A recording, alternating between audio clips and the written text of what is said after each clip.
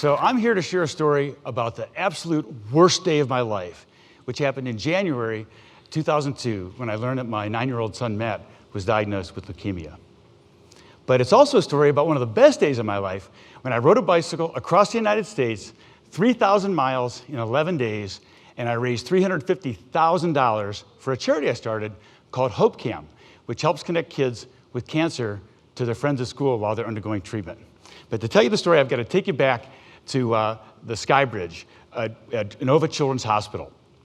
This was the moment when we learned that Matt had cancer. We parked at the parking deck, and we're walking across the Sky Bridge with my wife and my son. And I look down, and Matthew is wearing his backpack, and he's holding a statue of St. Matthew that my mom had given him. And that was the moment he looked up at me, and he asked me if he was going to die. And that was day one of cancer.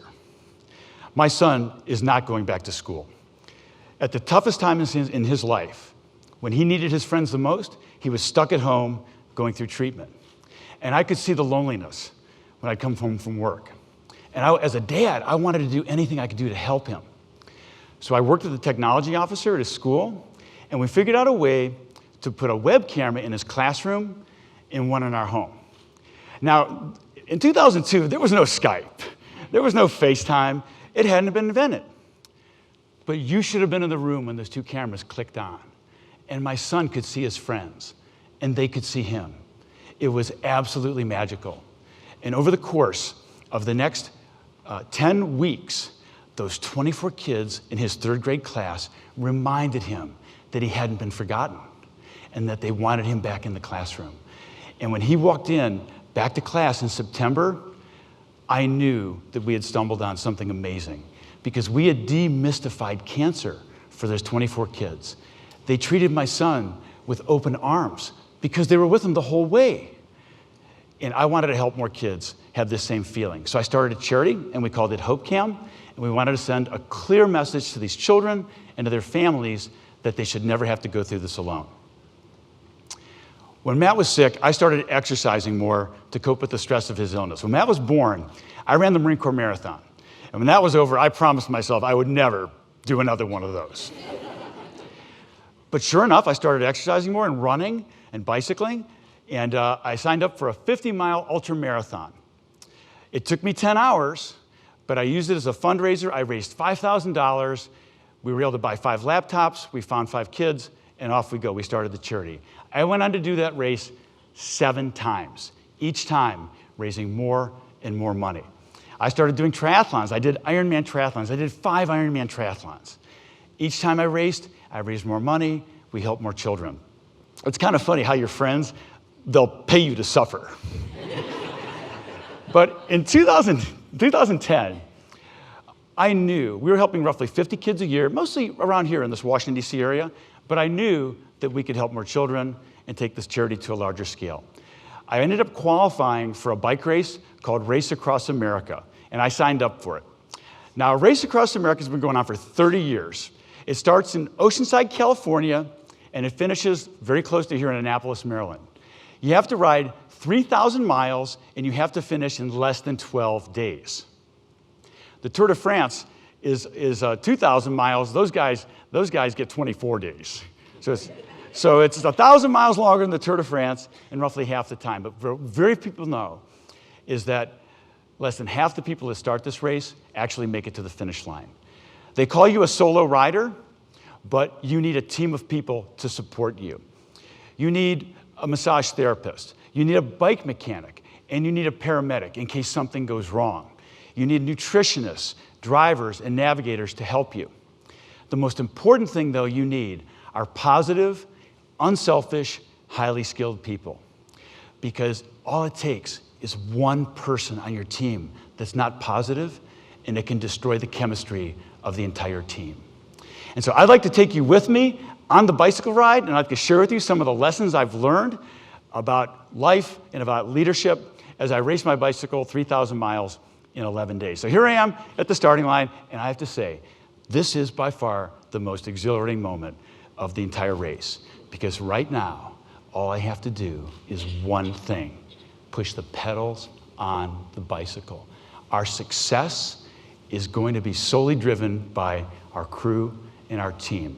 And the first lesson I learned was you have to trust your team to be able to move on. And that was my first lesson. My first physical test would be going across the Sonora Desert. It's 120 degrees at 12 o'clock in the afternoon in the Sonora Desert.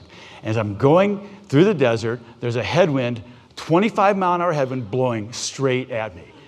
It felt like someone had a rope around my waist and they're like pulling me backwards. It was demoralizing.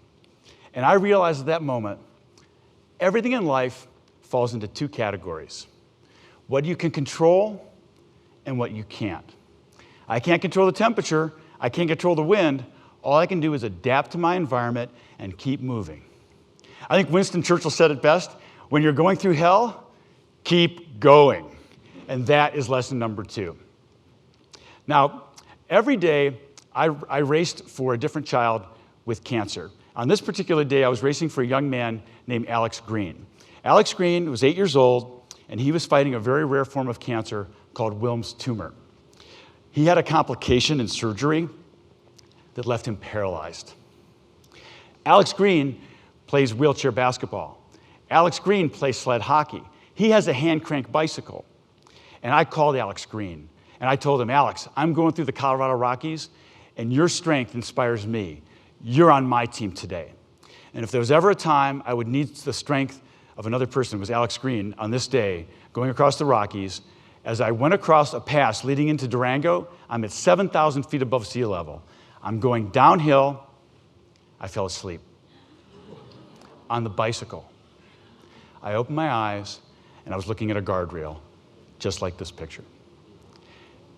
I grabbed those brakes with every ounce of power that I had, and I made that turn with just enough time to miss it.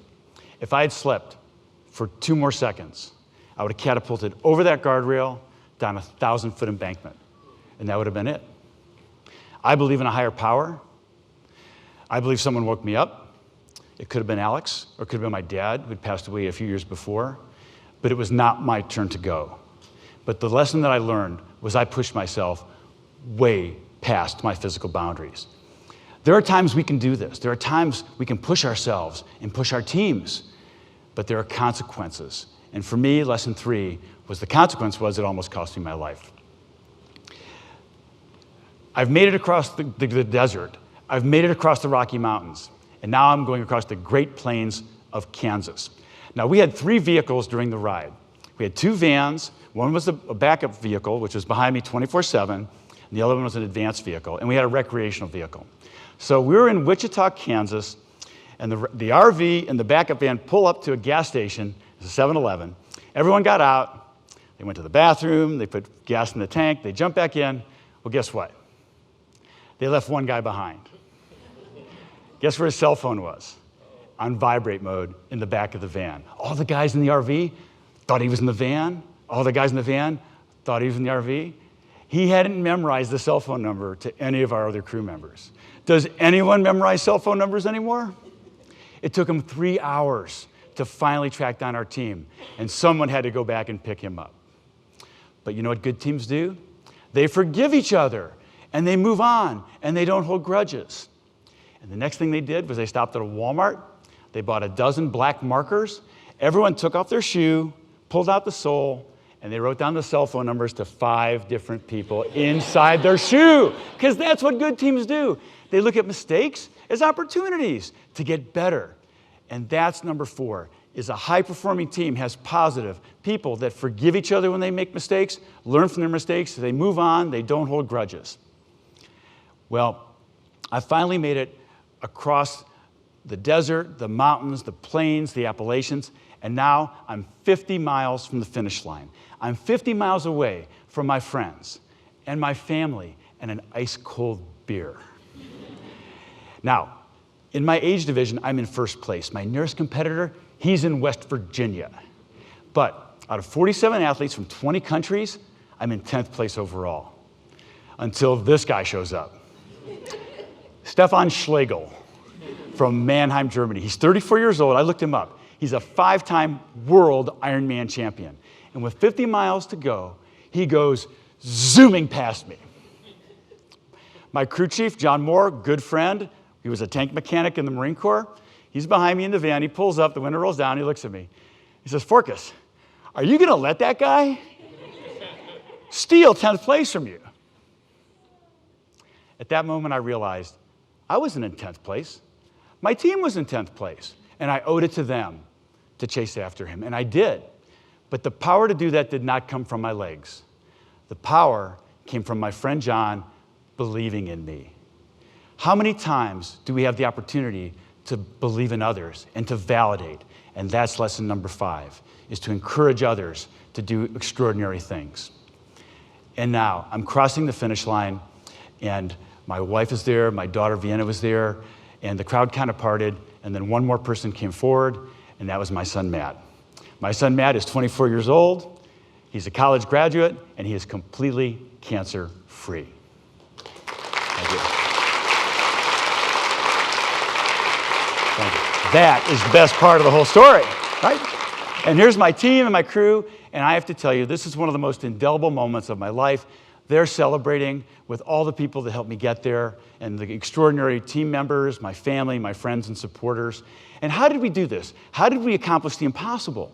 We did it because I had positive, unselfish, highly skilled people that believed in what they were doing. They forgave each other when they made mistakes. They honored each other's roles. They delegated fearlessly, and they respected their boundaries. But the reason we did it was because of the mission. And the mission wasn't me. The mission was to help more kids with cancer. We went from helping 50 kids a year to 250 kids a year with the $350,000 that we raised. 70% of the children we connect go to schools where lunches are subsidized. But 15,000 kids a year are diagnosed with cancer, and we have more work to do. Outside Magazine calls Race Across America one of the toughest bike races in the world. But compared to what these children go through, fighting for their own survival, it doesn't even come close. But we both need our friends and our family and our medical team. The finish line for me is Annapolis, Maryland. For these children, it's a cure. But in the end, what it all comes down to is that none of these children should ever have to race alone. Thank you.